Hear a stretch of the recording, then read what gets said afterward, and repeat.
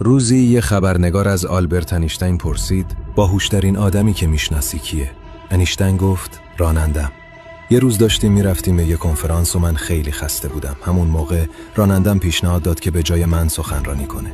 از بس قبلا سخنرانیامو دیده بود، کامل اونا رو حفظ شده بود. پس لباسامونو عوض کردیم و اون رفت روی صحنه. اون زمان هنوز خبری از اینترنت نبود. مردم اسم انیشتین رو شنیده بودن ولی نمیدونستن چه شکلیه. راننده سخنرانی رو به خوبی انجام داد. اما یه خبرنگار بلند شد و یه سوال سخت درباره نظریه نسبیت پرسید. راننده خیلی خونسرد جواب داد این سوال انقدر ساده است که حتی راننده منم که اون جلو نشسته میتونه جواب بده. لطفاً بیا روی صحنه و توضیح بده. انیشتین که حالا نقش راننده رو بازی میکرد بلند شد و جواب سوالو داد. بعد از اون دیگه کسی سوالی نپرسید. خیلی وقتا دانایی فقط به چیزی که میدونیم خلاصه نمیشه، بلکه توی خلاقیت، انعطاف پذیری و دیدن ارزش آدمای اطرافمونه. اگه رشد رو دنبال نمی کنی، احتمالاً دیگه هیچ وقت ما رو نمی بینی. ولی اگه این کار رو انجام میدی، تبریک میگم.